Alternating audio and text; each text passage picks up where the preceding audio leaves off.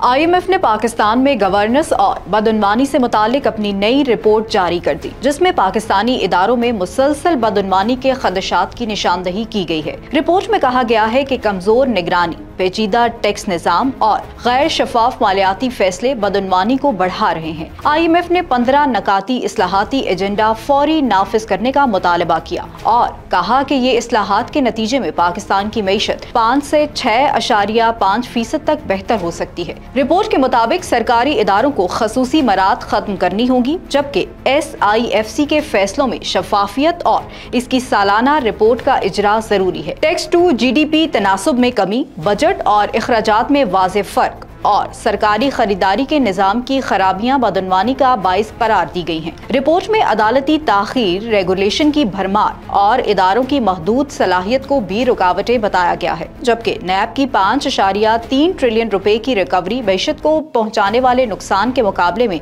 नाकाफी है। IMF का कहना है कि शफाफियत, जवाबदेही और मौसर इस्लाहात के बगैर मौशी इस्तेहकाम मुमकिन नहीं। अपडेट्स के लिए देखते रहिए VNews.me।